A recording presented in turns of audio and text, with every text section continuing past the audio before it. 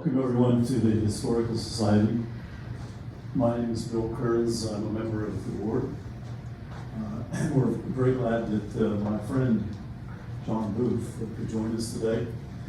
John and I grew up together in Mechanicsburg a long time ago. A couple of days ago. Yeah.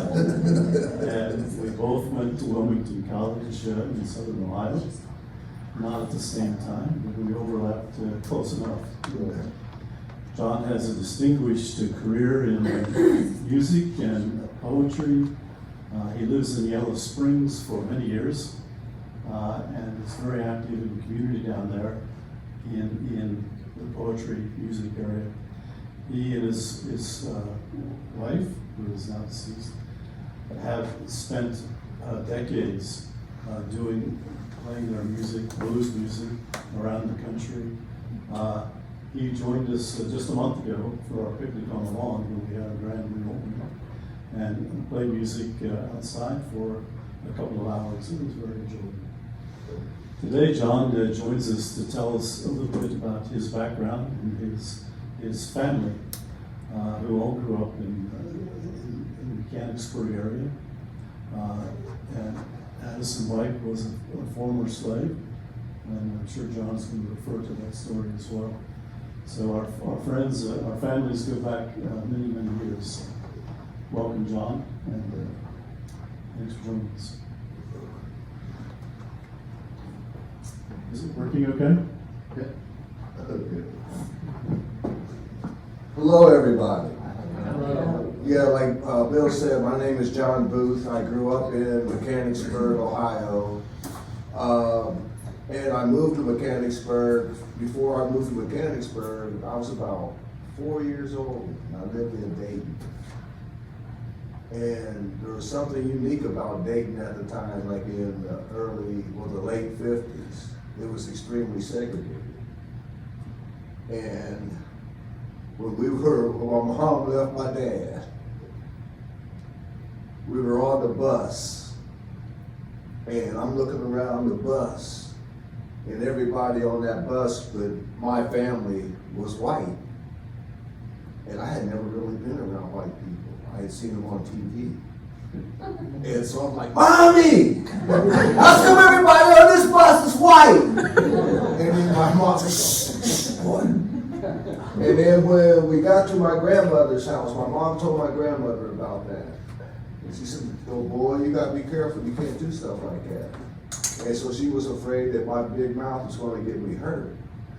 So she taught me how to act around white people. And my first 6 weeks in kindergarten, my social skills were unsatisfactory because I was afraid I was going to get hung. And so I'm going to start out, and people say, well, why that poem?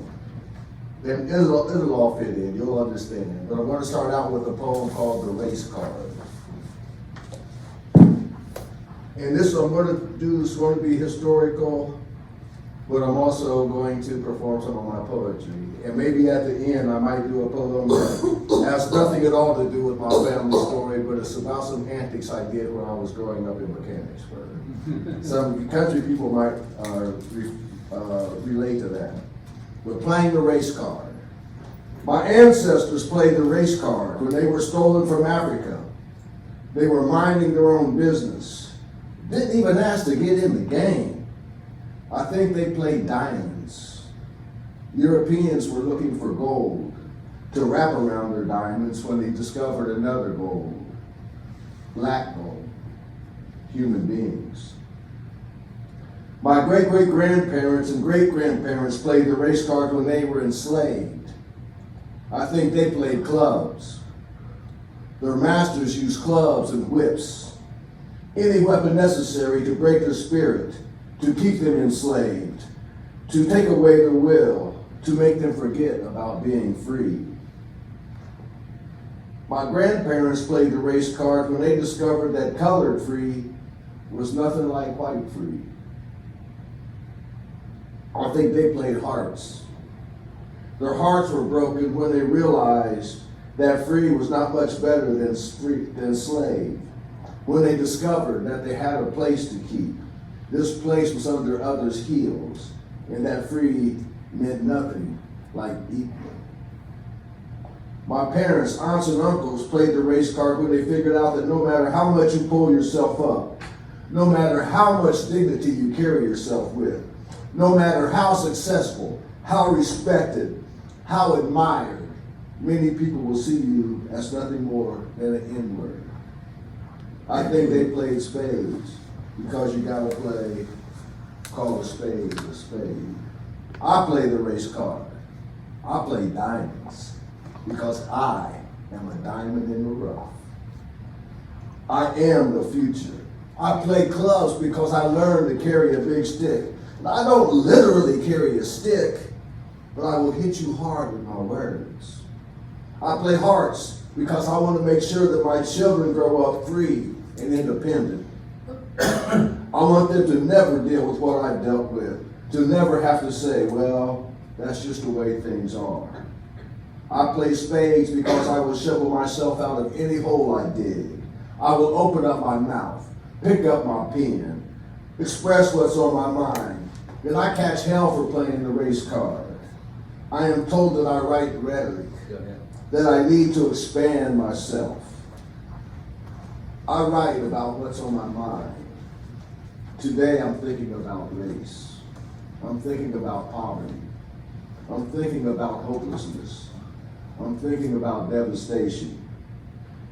I sometimes play the race card because there are sometimes situations in life where you have no choice but to play the cards that you were dealt.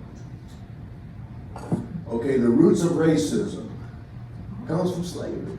We had to justify that mess.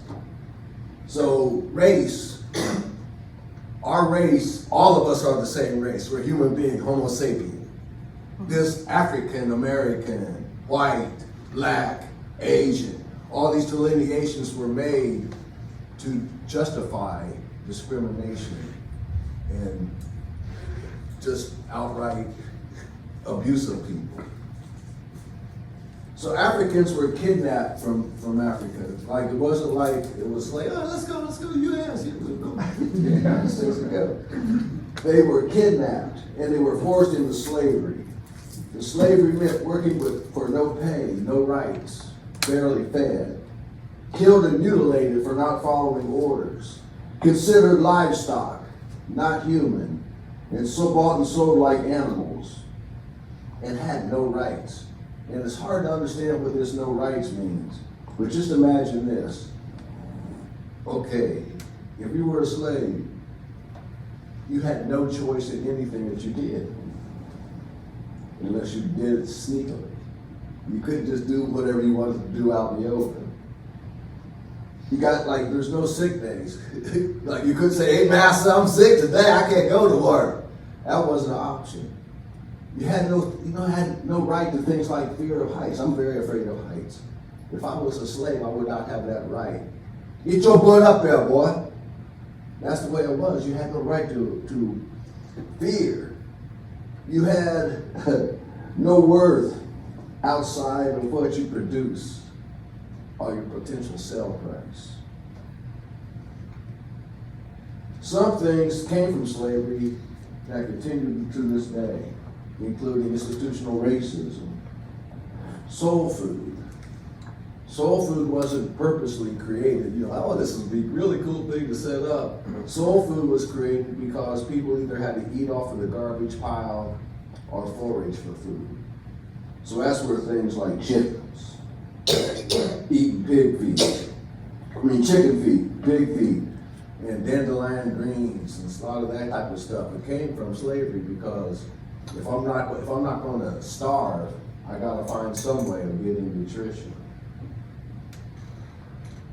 Learning new ways to fix things.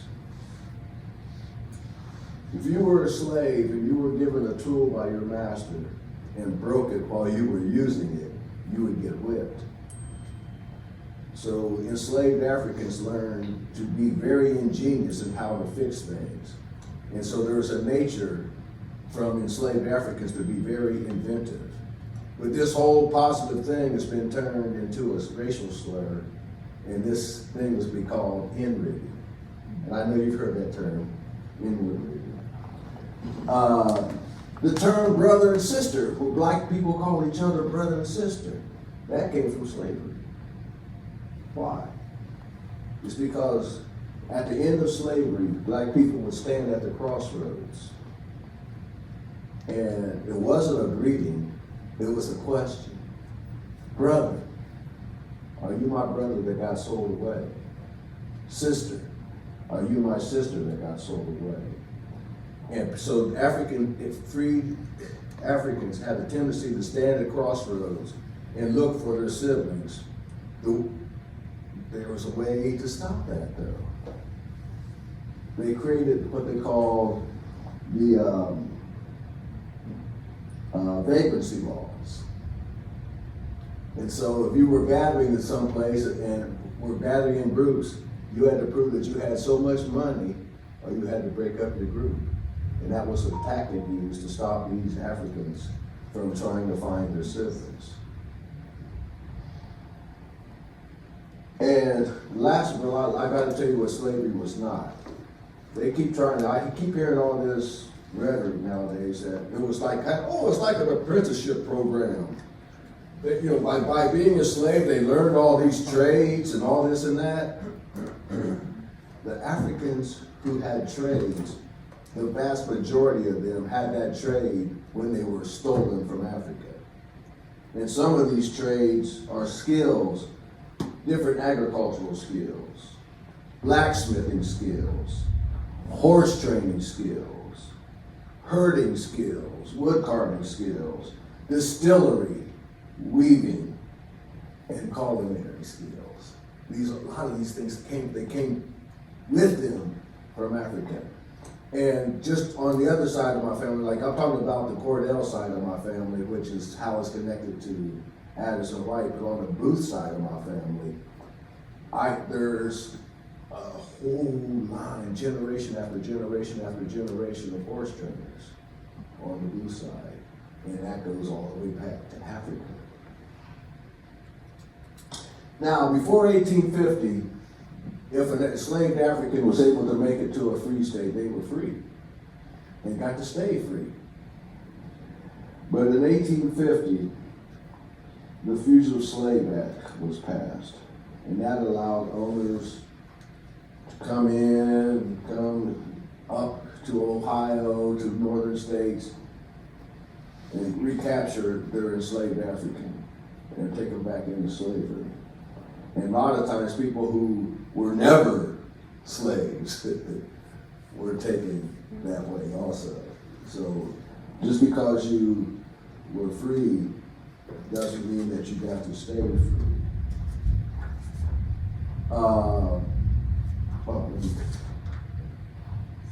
Okay, now Addison White, from the best that we can recall, he was born somewhere around 1822.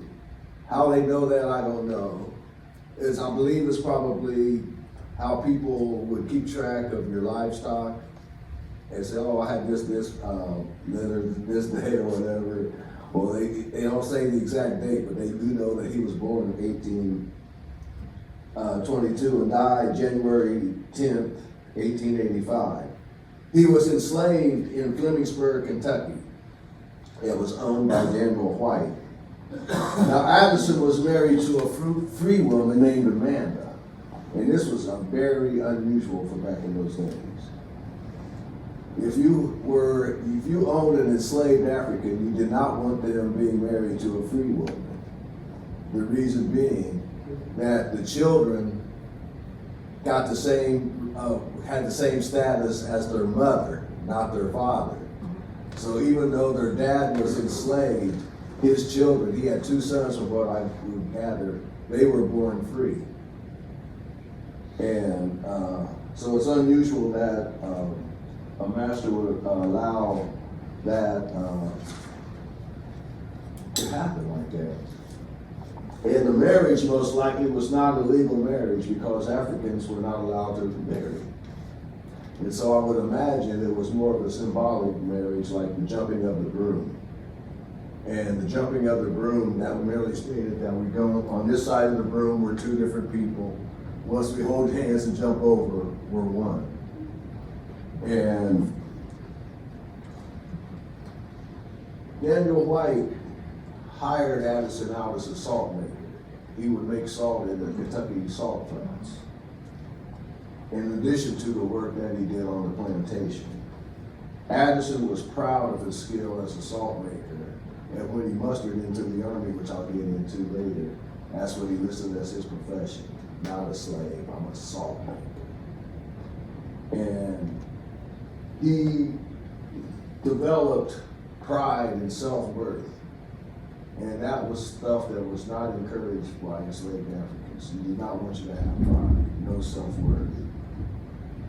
And Daniel White was a cruel master and frequently beat Addison with a whip.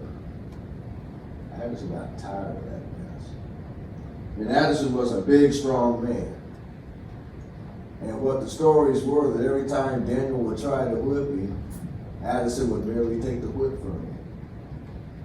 And Daniel was not strong enough to get it back. And when he gave up after a while, Addison would just drop the whip and go about his way. In 1856, Daniel White became frustrated with this and hired, I'm going to call him a slave breaker.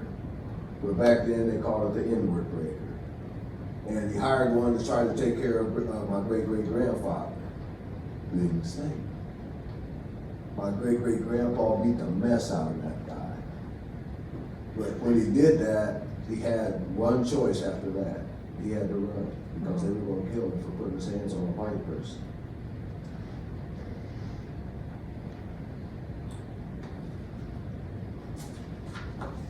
Okay.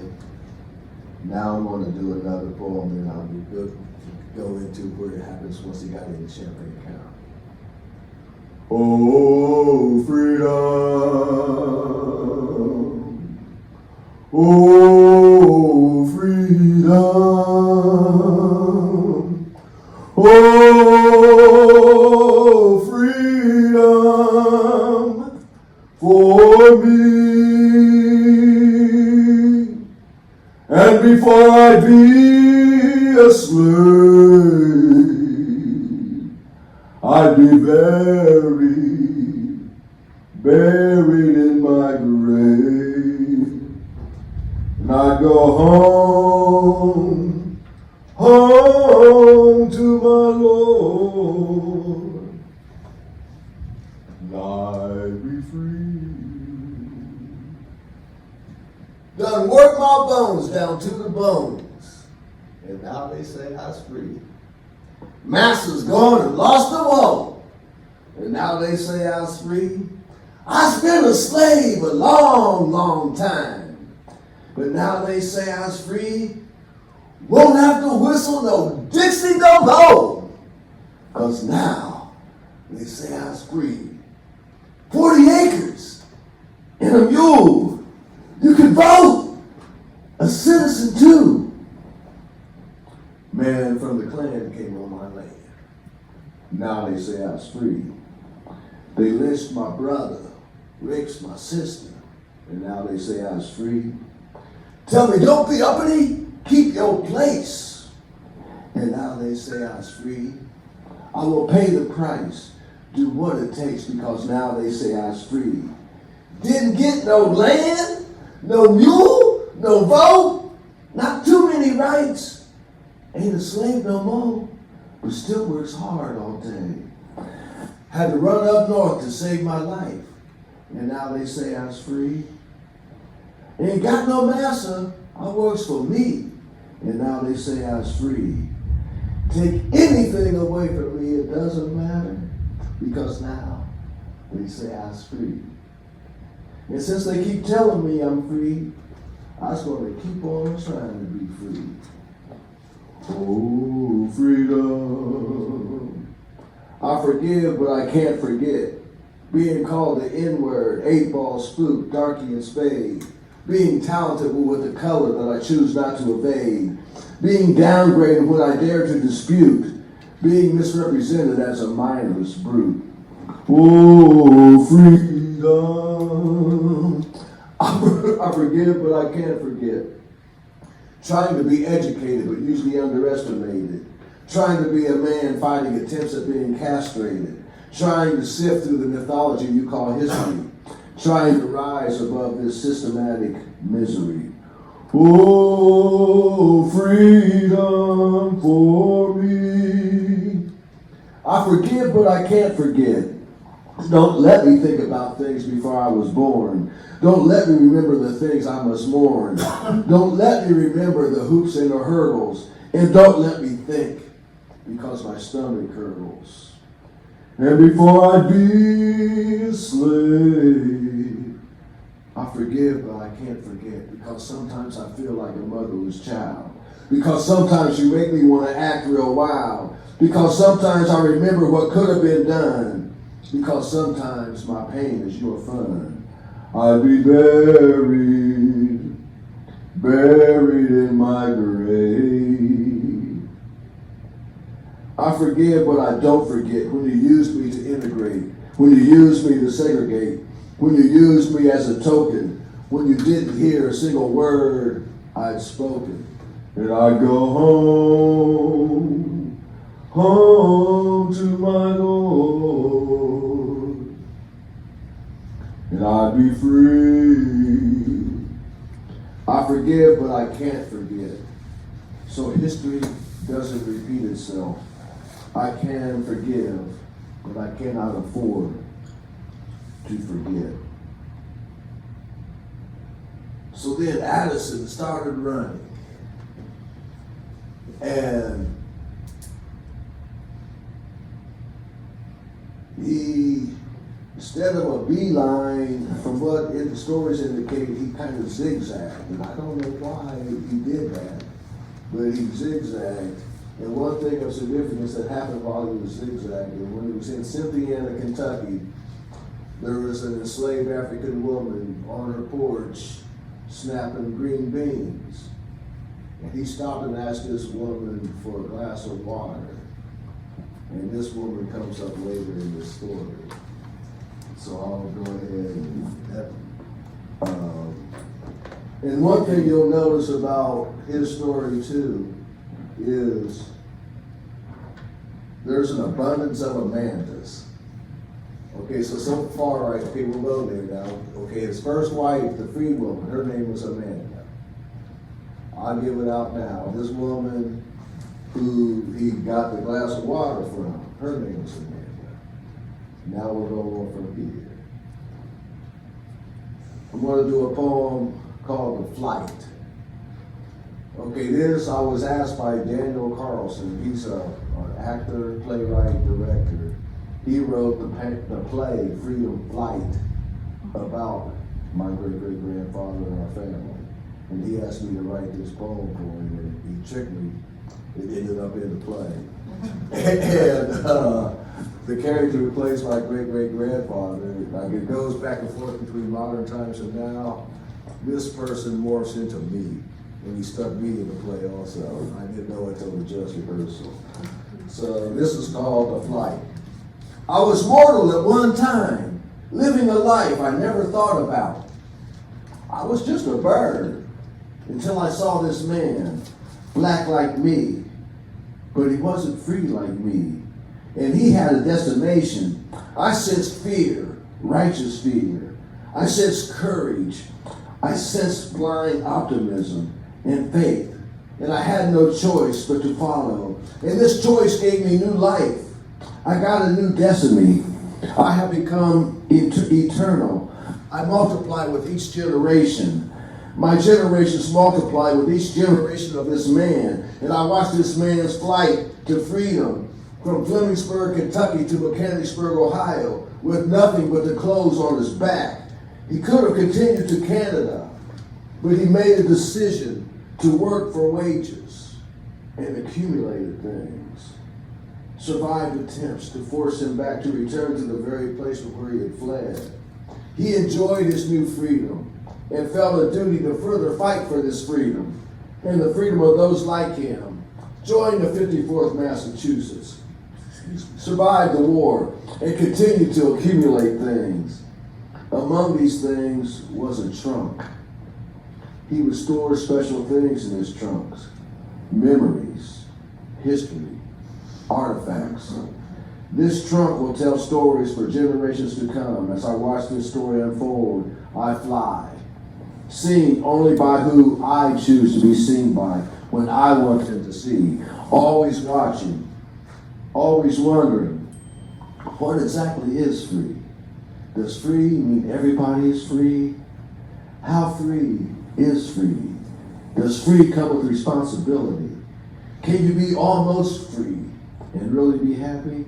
I have questions and few answers. I will continue to fly.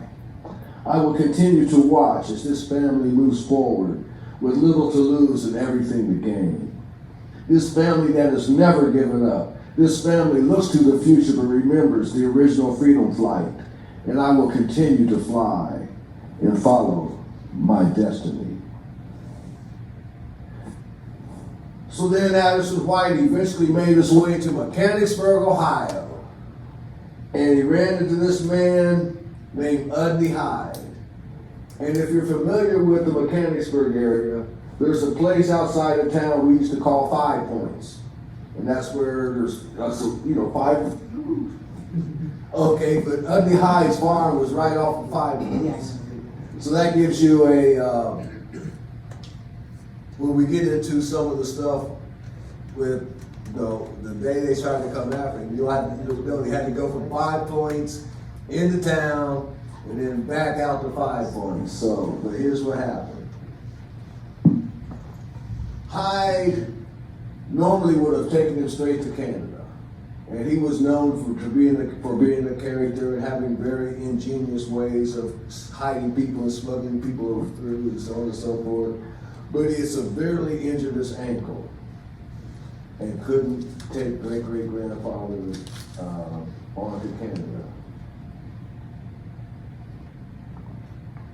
Addison agreed to stay with Udney because it was fall, it was about harvest time, and he felt he might do a good job of helping him get his crops in. Udney paid Addison a fair wage. It's the first time he'd ever gotten paid for his labor, and he saved every penny. In April of 1857, Addison started to learn how to read a little bit. He was taught by Udney Hyde's daughter, get this name, Amanda. And he couldn't really write, but she would help him, write. So he wrote a letter to Amanda, his wife, back in Mechanicsburg. And then she wrote back, and they wrote back and forth a couple of times. He was trying to convince her to come up to Mechanicsburg. She was like, oh, but I'm doing all right here. Now I'm free. I got my 2 sons are free. If I go up there, they might try to pull me down there and enslave me. And so she didn't really want to go. So he was trying to talk her into it. But the postmaster in Springfield, what was his name? William Boggs. He grew suspicious and contacted Daniel White. And said, I think I know who your slave is. So, Addison, like I said, he stayed through the fall, through the winter, and now it's spring. And he's still out there on Udney Hyde's farm. And anyone who knows like small town Mechanicsburg, everybody knew that Addison was out there. They knew he was out there, but they was keeping their mouths shut. It was nobody's business, and I'm not going to say anything about it, but just think about it. Mechanicsburg, 1850s, there's this black man out on this farm working. You're going to notice that. It's going to be like a sore thumb. So they knew he was there. But Udney, what he did is started out as a 1-floor cabin. Udney built a loft onto the cabin. And you could only get in there through a ladder.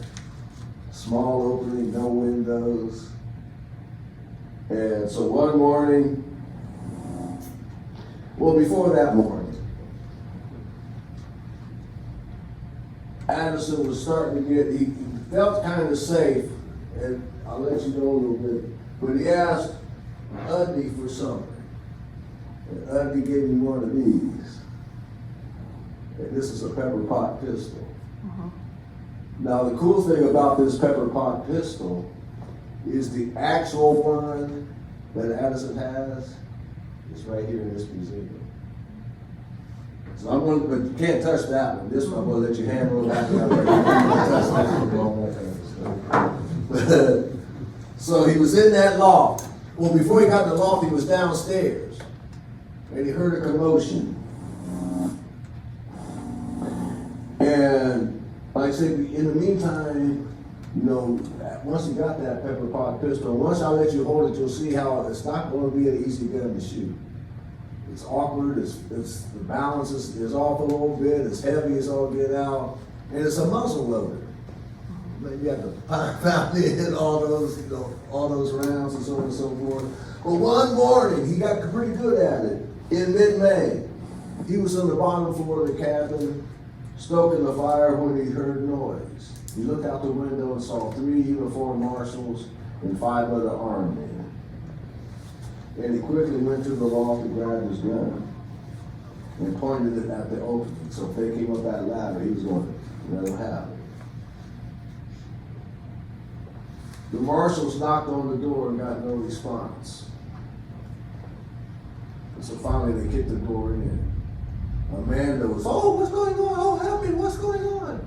And Udney, he laid in bed. He just stayed in bed under the covers, didn't move. And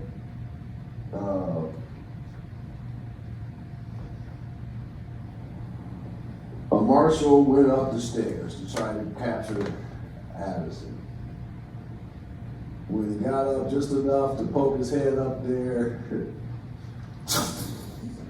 Addison fired, and the story was that he hit him in the ear. The man fell down off the ladder. He thought he was mortally shot. He was going, I'm dying, and he was going through all this type of stuff. And then at a certain point, another marshal looked over at Amanda and said, why isn't all this stuff going on? Why won't he get out of bed? And she said, he can't. He's got the smallpox. And he didn't have the smallpox. But that was her story. And that had him also scared. So the one guy was on the floor, you know, all going, oh, I'm dead. And then there was, oh, I'm going to die from the smallpox. So they went outside because they didn't want to stay in there and take that danger. So Udney told Amanda to go feed the chickens. And Amanda knew right away, that was a code word. Amanda knew exactly what that meant. So she grabbed the grain pail and started skipping toward the chickens. And when she got by where the chickens were, she dropped the pail and started running.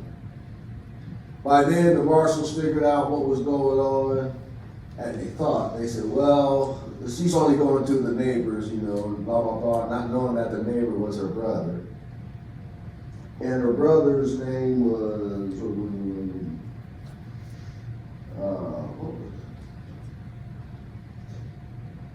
Russell. Her brother's name was Russell. So she ran to Russell's house and she told him what was going on. Russell went to his neighbors who had the fastest horse in town, borrowed that horse and hauled him to Mechanicsburg. And he told people what was going on. And like I said, they all knew that Addison was out there, but they weren't going to let the federal government tell them what they're going to do in Mechanicsburg. You're not going to tell me what to do. So they came to the Udney's house. There was over 100 people from the town. Those who had guns had guns. Those who didn't have guns had pitchforks, garden tools. There's even reports of a couple of women with rolling pins and their hands still all white from flour when they was making the flour. But they surrounded the marshals and forced them out of town. while all this was going on, Udney offered the marshals a deal. He said, if y'all just drop your guns off, I'll let you all 8 of you could fight Addison, and if you could whip him, you could take him to slavery. If he whips all 8 of y'all, you gotta leave him alone. The marshals didn't want to take that deal because he had a reputation that he could whip his weight in bobcats. He was a tough man.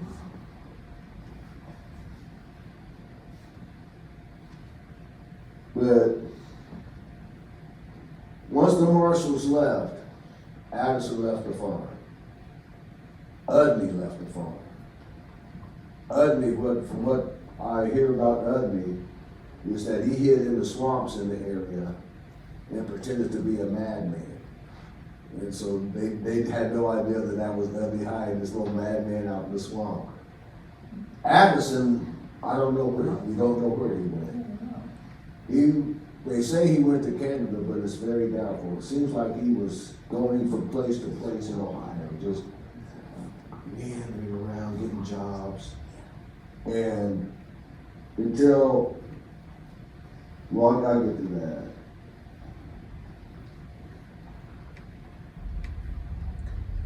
About a week later, those marshals were able to get an arrest warrant for Udney Hyde and several other men. These men were captured and they were supposed to be taken in to Kentucky. They were supposed to be to go to court, but really the main reason they wanted to take them down south was so they could lynch them. And the marshals thought they had Udney, but instead they had his son, Russell. And so a bunch of people went to court, and they were able to get a writ of habeas corpus. And the writ was for the arrest of the marshals. The Clark County Sheriff, John Layton, and the deputy went to arrest the marshals, and a gun battle ensued. The gun battle erupted into a fist fight. Just fist fighting, shooting, fighting, and basically Sheriff Layton was severely beaten with a billy club, and he never fully recovered. This case eventually went to court, and it dragged on for over a year. Daniel White got tired of the litigation, and when they came up with an agreement was that if he could get $950 in cash, that would pay him for his enslaved African that he lost, and that Addison would be allowed to stay free, and the white man who helped him would not face prosecution. This resulted in Daniel White signing manumission pictures, which also are here in this museum. So in November, after the settlement, both Addison and Udney returned to Mechanicsburg. Addison did not want to owe for his freedom because he tried to use, some of the money he had accumulated because he's making all this money, not spending a dime. And he created the street department in Mechanicsburg, where he had his mule and a wagon. And ditches were very important back then to keep flooding away. And so he kept making sure that the ditches were clear. If there's dead carcasses on the road, he would carry them away. Try to make everything like holes. He would patch the holes. He did it for no pay, just said because I ain't owe nobody good. And that was his attitude. He was a very independent man, did not want to owe anybody anything for anything ever. And if I can't pay my way, I don't want it. And that was my great-great-grandfather. Addison also became friends with a gentleman you may have heard about called Frederick Douglass. Frederick heard about Addison's story and came to Mechanicsburg to talk to him.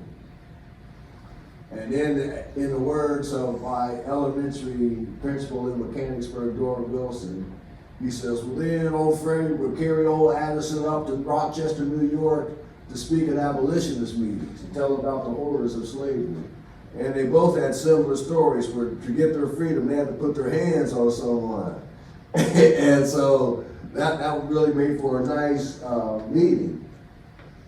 But then Frederick talked Addison into one more thing. He said, man, why don't you join the 54th Massachusetts and fight in the war?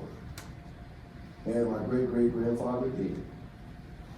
He fought in the Civil War. He mustered in May 12, 1863, and was discharged January 10th, 1865.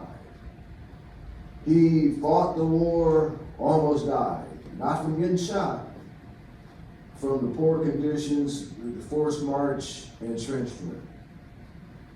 When he finally was discharged, the reasons for the discharge were rheumatism, acute piles, and chronic fever. Okay, now I'm going to skip ahead a little bit for this because you all know what piles are, right? You know, that's an old term. It's hemorrhoids. Okay. And when I tell you this story, that might tell you maybe why he married Amanda Barrow. Because she was known as a healer. And one of her most popular remedies was for hemorrhoids. Okay, so how am I related to this man? How am I related? Let me go back to, if I go back to my genealogy, I can go back to 7th great grandmother. Okay, so I can tell you about my 7th, and you know, there's 2 of those. So 7th is Molly Walsh. She was a blonde English woman. She had a slave. His name was Banaka. He was a Senegalese prince. She freed him and married him. Okay, and it goes on down. Then I go to Mary Delaney. She was a white woman born about 1706. She's my 6th great grandmother. She married Zachariah Lett, who happened to be a mulatto. So that's one thing I keep going back about with my history. Well, if you can trace it back, it all goes to white people. So where's my white privilege? Right? Where did all that stuff go? But there's a simple explanation why. They only kept track of women because they were the ones that had the babies. You don't go back for the men because I don't care.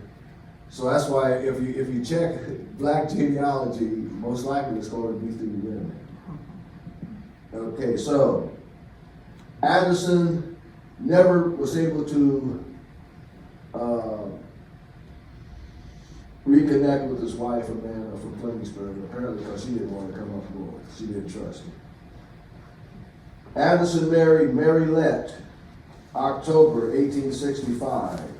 Mary Lett is a descendant of these women I was talking about, that who married the black man, or mulatto.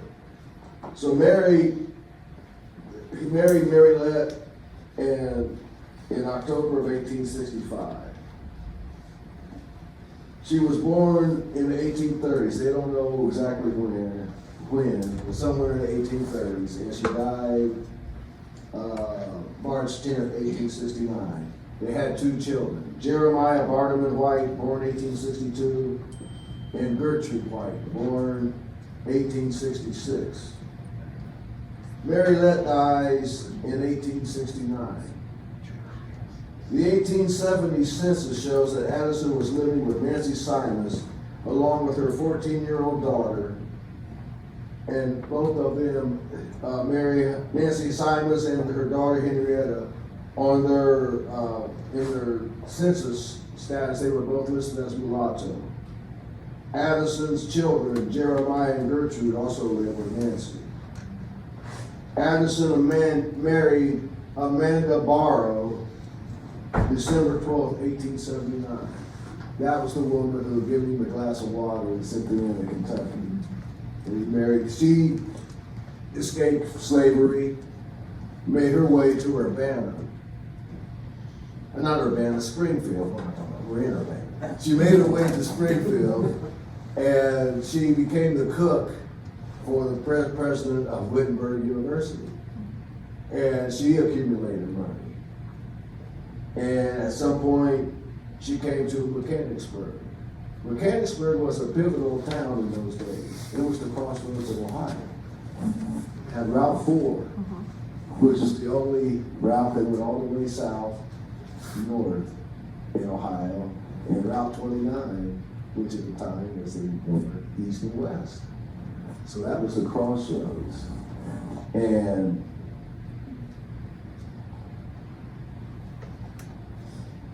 they had a daughter. Addison and Amanda had a daughter, Athena, who died before reaching adulthood. But Amanda Barrow took in Addison's children, Jeremiah, Barnum, and Gertrude, and raised after Addison passed. She raised them just like from teenagers as they were her children. And then Jeremiah Barnum White had a daughter with, guess what the woman's first name was? Amanda Perrin. And this daughter was born in 1897. This daughter was named Ann White. Ann White was raised by Amanda Barrow in Mechanicsburg, Ohio. On the census, sometimes she would list her as a niece, sometimes as a daughter. Growing up until a couple of years ago, I was brought up thinking that Amanda Barrow was my great-great-grandmother. But I found out she's no relation to me. My great-great-grandmother is Mary Lett. And I was taught that Ann was Addison's daughter. And for some reason, I don't know why that was the story that was there, but she's his granddaughter. And Jeremiah Bartman was her father. So Ann White married a man named Frank Cordell. And Frank Cordell and Ann, they had 5 children. They had Robert, John, Martha, Phyllis, and Charlotte. My mother's Phyllis. So that's how I'm related to Addison White. And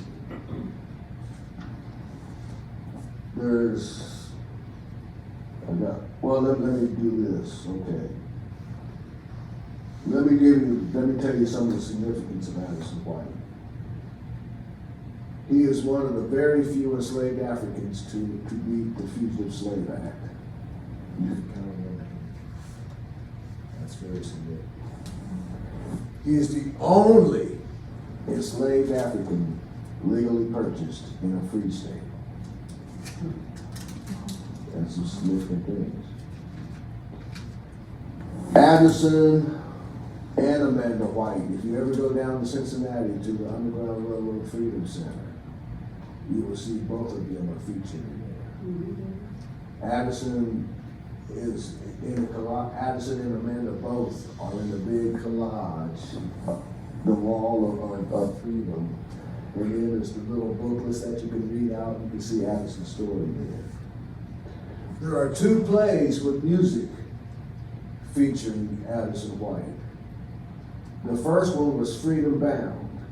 It was written by Jeff Hooper And Jeff wrote that play not knowing that we were still alive, that the descendants were still there. And once he found out, he edited the play to take out one scene in particular, where Addison and Udney Hyde in the play got really, really drunk. That was one thing about Addison. He didn't drink. Now you go down a generation now, we could take care of some later, but he didn't touch alcohol. So that was Freedom Bound. And that play, at first, it would be like in, trying to think of the name, Zanesville. The Bad River Theater Works was in Zanesville, and they would have like set up appointments where they would just pop up and have the play there. And then they got this grand idea where they would do opening and then put it on the road. And so the play would then, every 4 years, it would travel the nation. And it was played to middle school children. And it was played at big theaters so that these little children could get a chance to experience a big theater for free and get to see a quality play. So there's a rotation of plays that Mad River Theaters does. And then a few years ago, Chris, oh my goodness. I'm getting a middle block. Chris, he runs Bad River Theater Works. Chris Westhoff. So I get, he contacted me and said that we wanted to rewrite this play, Freedom Bound. Because Freedom Bound it's mostly about Daniel White and Udney Hyde. And it doesn't really get into a little bit of enough we thought about Addison White and maybe the family. So I was brought in as part of the creative team to put together the new play with music called Freedom Flight. And Dan Carlton, he was the writer, director, and he's the one that tricked me into doing that poem that he stuck in there. And but Freedom Flight, it's more from the perspective of, it's from what would have been a great granddaughter of Addison, who's she's a bird watcher. And that's where the flight comes in. And it talks about this trunk. And when I talk in that one play about the flight, great-great-grandpa, he did have a trunk. When I was a kid, there was 2 trunks in the house. One was my great-great-grandfather's that he's from when he was enslaved, some of his stuff. And then my great-great-grandmother, who I thought was my great-great-grandmother, Amanda, that she had. But I got in trouble when I was in elementary school. A bunch of my friends went to the county fair. And they came home with these imitation Civil War hats. I knew what it was. I got into that big trunk and got my great-great-grandpa's Civil War hat out. I was out in the street playing, and then I heard those magic words that kids don't want to hear. Johnny! Get your butt in here! And then I got my bike whooped.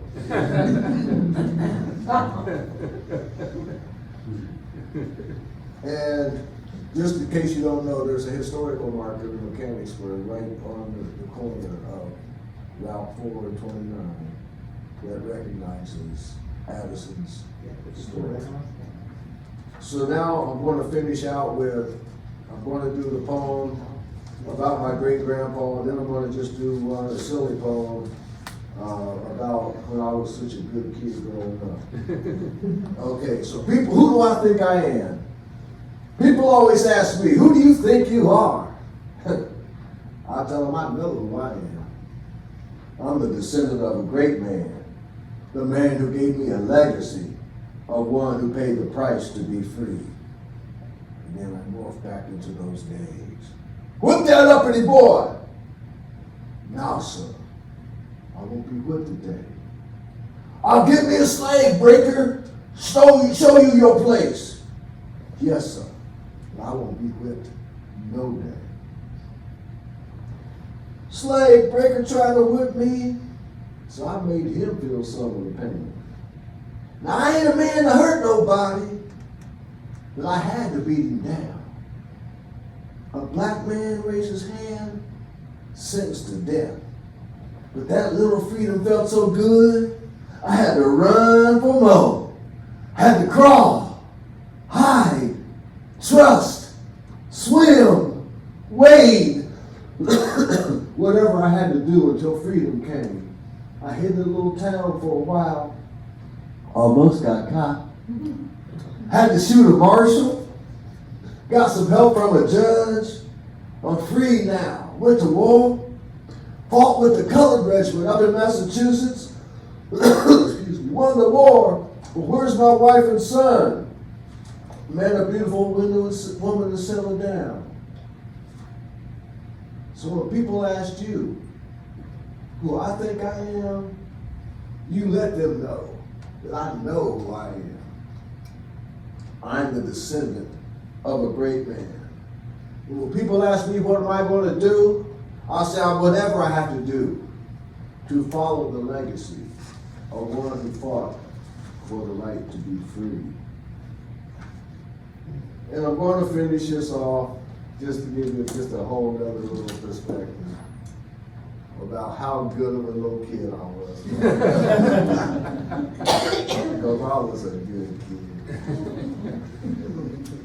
I was a good kid. I never got into fights in school unless someone called me a name. Or jumped in front of me when it was my turn. Or pushed me. Or looked at me funny. But I never got in trouble for fighting. Because I was a good kid. And I never talked back to my teachers, except for the time she was reading Tom Sawyer. And I'm the only black kid in the class.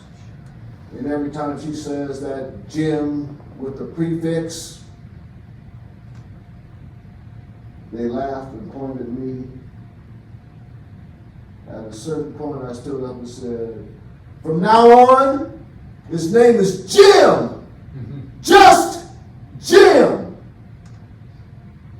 Or the time the whole class got a detention because Jack wouldn't shut up. I called her a stupid B word right in class. And she didn't even know it was me because I was a good kid. And I never drank except for when I sneak a shot of whiskey, a bottle of beer, or a sip of wine. But I quit in the 7th grade. Because then I became an athlete. Or except for the time I helped make a still in physics class. Or the time I made wine for a science fair project. And no one really questioned it. Because I was a good kid. And I never smoked. Except for when we used to sneak out to the swamp and smoke corn silk wrapped in grocery paper.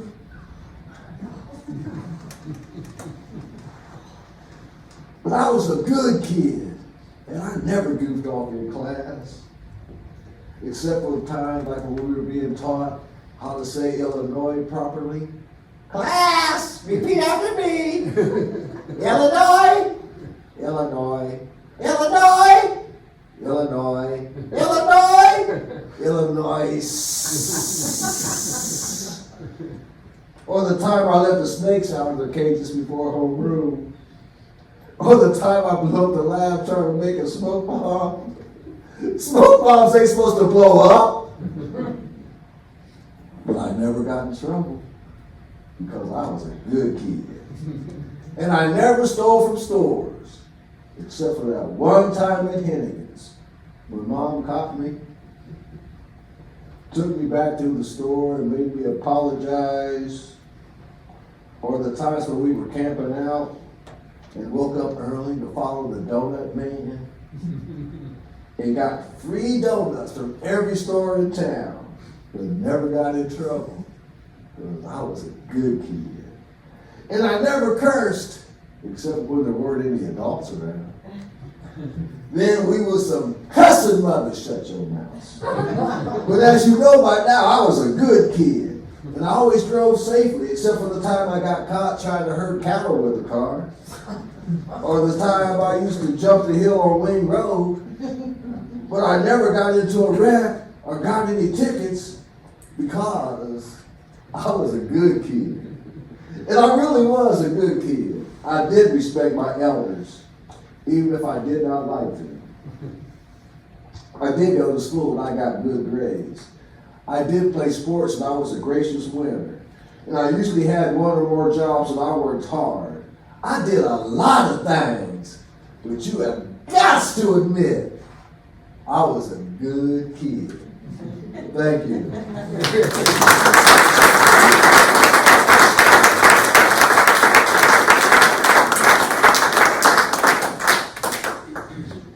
And thank you Oh, thank you. for coming today and presenting. Does anybody have any questions for Mr. Booth? Yeah. Just curious, wondering your growing up years, what do you remember when you first ever heard about your great-great-grandfather? And what made him a great man? It was, I forget exactly what was said, but I was in school and they were talking about slavery in the Underground Railroad, and my grandmother, Ann Cornell, heard me talking about it. She said, no. And she gave me this little book. It's called The History of the Underground Railroad in Champaign, Ohio, Champaign County. And so I read it, and she said, did you read about Addison White? And I said, yeah. She said, that was your great-grandfather. I said, oh. And I was a kid who, for some reason, older people called for me to help because I was very articulate as a young kid. And they knew that Johnny knows his rights. And so I remember there was one situation that happened in Mechanicsburg. Some friends of mine and they weren't up no good, they were out smoking weed and drinking beer. That's what kids were doing back in those days. And they saw this young lady who was out stranded out in the country, and she had been taken there for what back then they called the hereafter, where a guy would take a young lady out on the back roads and tell that girl, if you're not here after what I'm here after, you're gonna be here after I'm gone. And so she said no, and my friends saw her and took her home. Her dad saw these two black guys bring this young lady home, and he thought they had been doing something to her. And he started shooting at them. So they came into town and were trying to complain about it. One of the councilmen, I'm not going to mention names, but he said if he had his way, all the people of the N-words would go to Africa, be dead, and so on and so forth. So they said, go get Johnny. So I said, we got rights! You know, I'm up here doing my Malcolm X, Martin Luther King thing, and I'm like an 8th grader, and I'm talking all this stuff, and they got frustrated, and I looked up, because at that time, my mom heard me causing a commotion. She was at the laundromat. And if you know Mechanicsburg, the laundromat was just about 4 or 5 doors from the police station. So she heard me, so she made me come.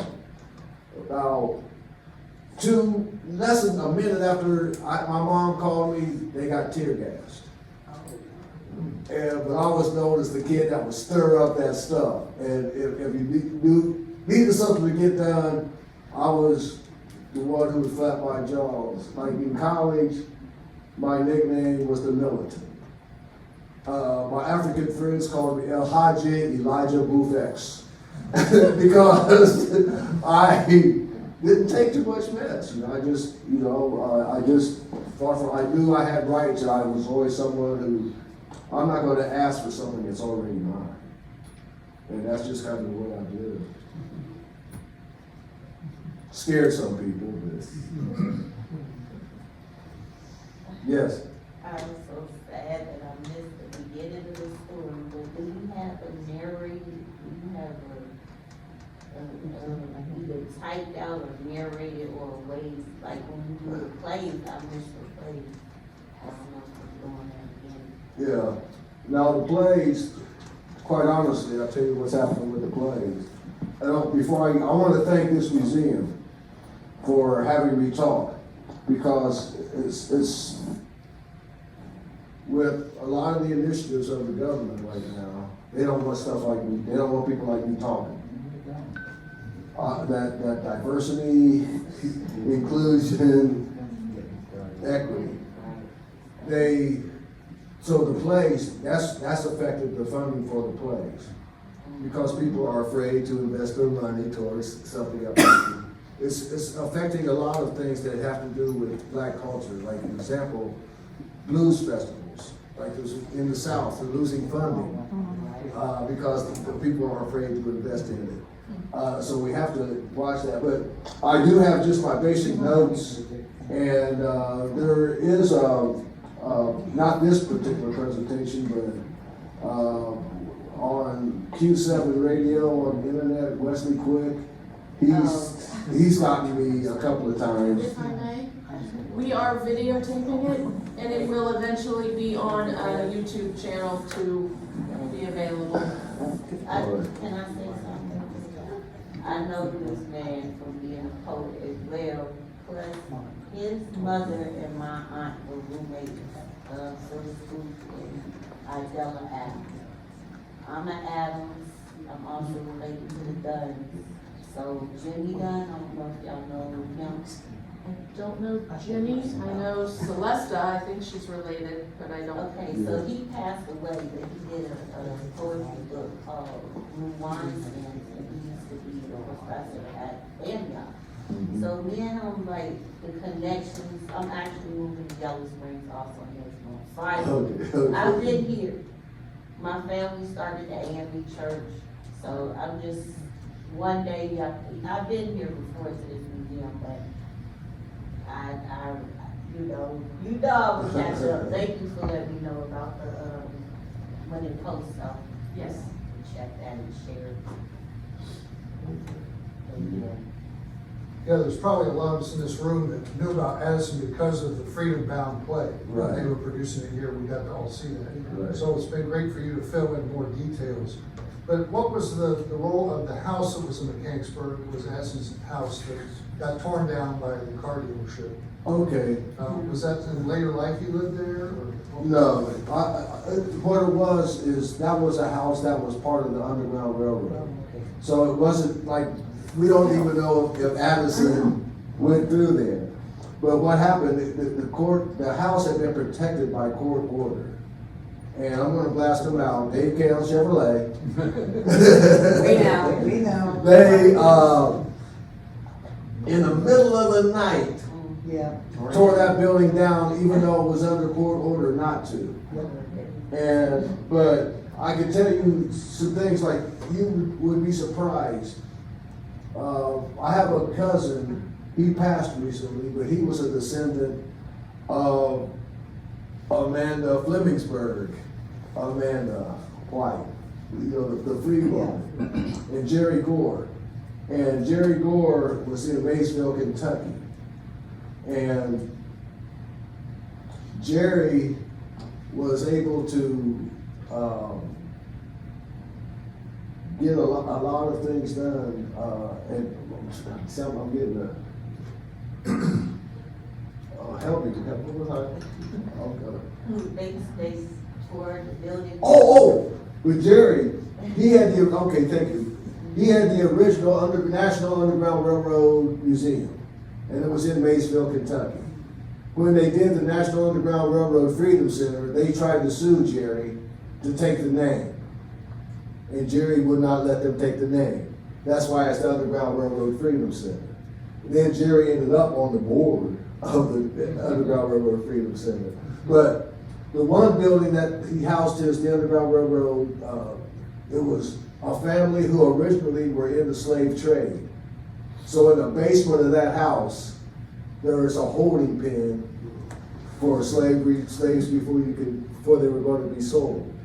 A couple of generations later, the family totally flip-flopped and became abolitionists, part of the Underground Railroad. So in the same house, there's the hideaway where they go into this little hole and they go underground, under the street and hide while people are searching the house. This is all in the same house. On that same tour, I learned another thing. Have you ever gone in South, like in Kentucky, Tennessee, and seen those old churches with the doors way up, but no stairs? Have you ever seen those? You know what that was about? There were certain times that slaves, enslaved Africans, were supposed to go to church. And they were supposed to sort of get that reinforcing message to be obedient to your masters. But they had them up in the balcony, and they put a ladder to those doors. And you let them in that way, then they take the ladder away, so you had a captive audience. And so you couldn't leave until they put the ladder back up. But if and you don't notice it, I never noticed it until my cousin started showing me that. Then I started, as I'm going through the South, I see them all over the place. Oh, that's what that was. So how did you learn about, like, you said you was there, but after school, you was like alive, you was in that time where the person was found out in the field, and you said they asked you to speak. I was gonna say, how do you find out? I mean, I'm sure you do research, but like the day you just mentioned, the staircase. Oh, yeah, I just always looking, always searching. See, Mechanicsburg has a history, and like there's some good history, like I'll go blast someone out. Someone here in this room, if it wasn't for it would be great-grandfather, we would not have soybeans in the United States. We would not have alfalfa. So that's out of Mechanicsburg. But there's also some history of some murders in Mechanicsburg, race-based murder, like a black man allegedly having an affair with a white woman, so he was killed, and I remember that as a child. And the thing I remember mostly about it, though, was this man who was killed was the most manly black man I've ever seen in my life. This man drove Harley motorcycles that he would build himself. He would get a junk Corvette, then get 2 or 3 vets, and then out of that he would have a brand new Corvette and have it beautiful. And he just didn't take any mess off of anybody, and that was like, then he got killed. So.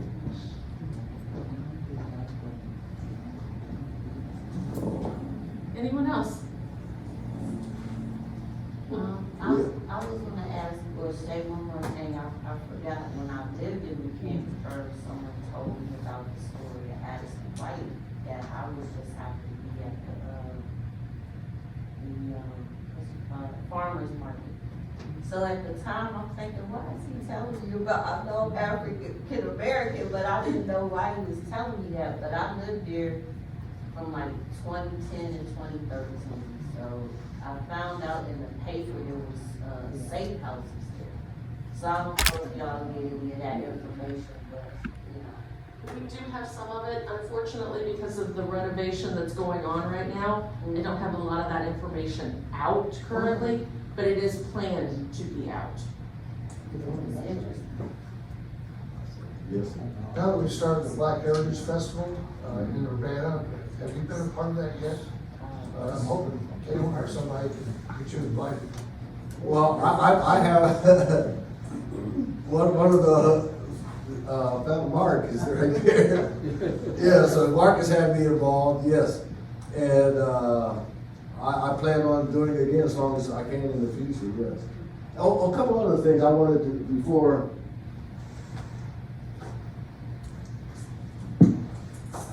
This is a picture of that. You're all welcome to come see this, but it's a picture of Addison. And this is Amanda Barrow, the woman I thought was my great-great-grandmother, but over the years. And oh, yeah, I got to mention also Nancy Schultz. Nancy was a librarian at Wittenberg University. And she was in the archives and she saw a little article about Addison White and she just got really, really interested in it. And then about 3-4 years ago, I get this letter. I don't say, who's this woman? How did she get my address?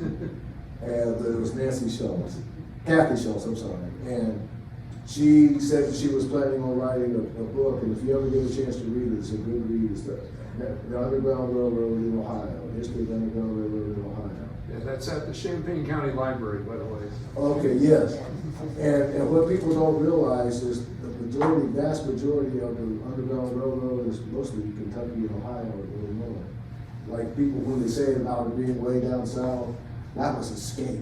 That wasn't Underground Railroad. That just hauled a butt. Get the heck out of there. But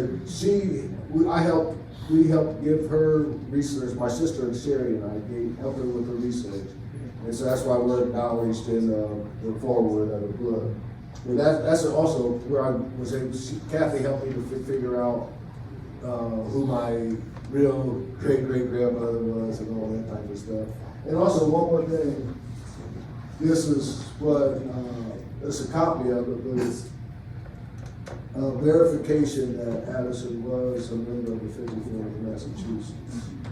And I've got, at home, I didn't want to bring it, I didn't bring it, but I've got is the pension files where Amanda Barrow White, where she was working to get his military pension because she was his last surviving wife. Amanda, she was a historical figure in Champaign County. She was the last former enslaved African to live in Champaign County. She was the last surviving woman. I'd say she was really well known for her healing.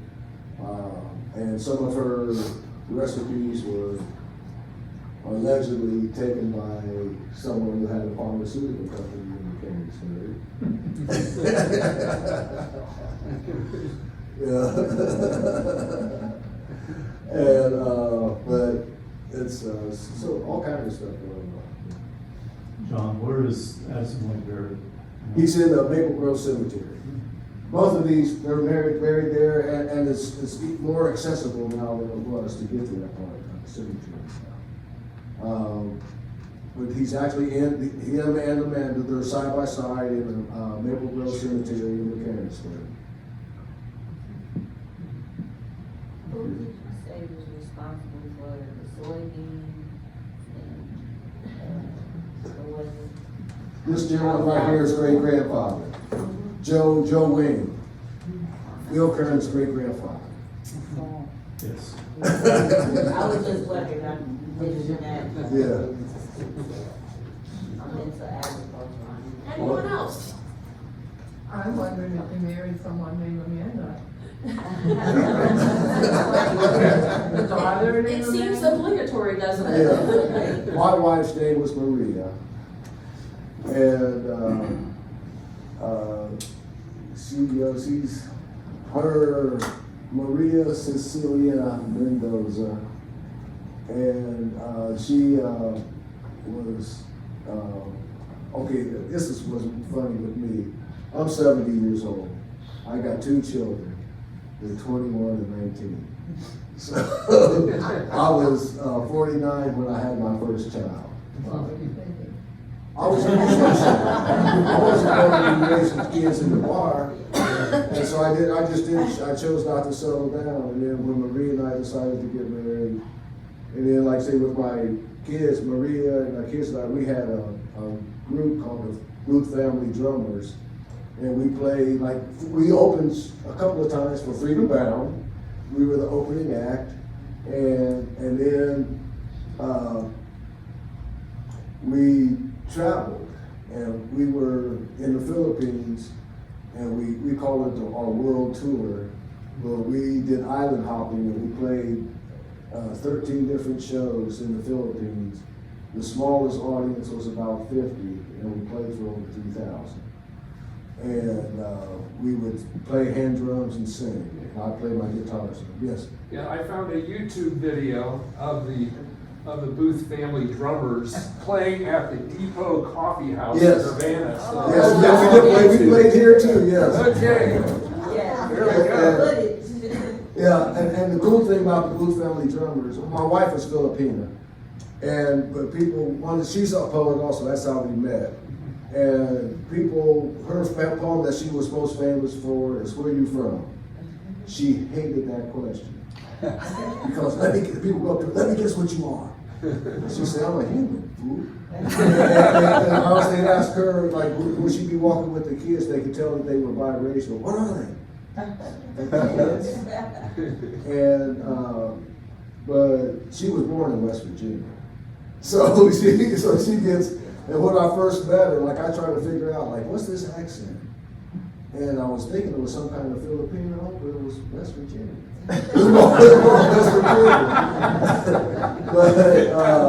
But her poem is "Where You From?" and she goes off on people who keep trying to guess what her nationality is. But yeah, my wife is Filipino, my kids are biracial, Filipino, African American, and we used to have like I said, a nice little family drumming group that traveled all over the place. If you look on YouTube, you might find some of my poetry. You will also, on YouTube, you can see, I did a favor when I was a high school teacher, I did a favor for the music teacher, and I put together a blues band of high school kids called Booth and the Boys.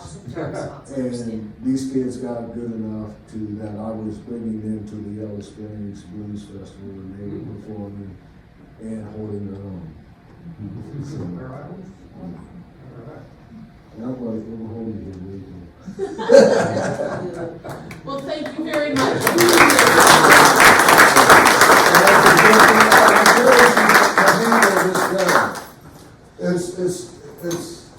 This is just like the one that's here, but the one that's here is locked up right now because there's questions about it. So how does it work?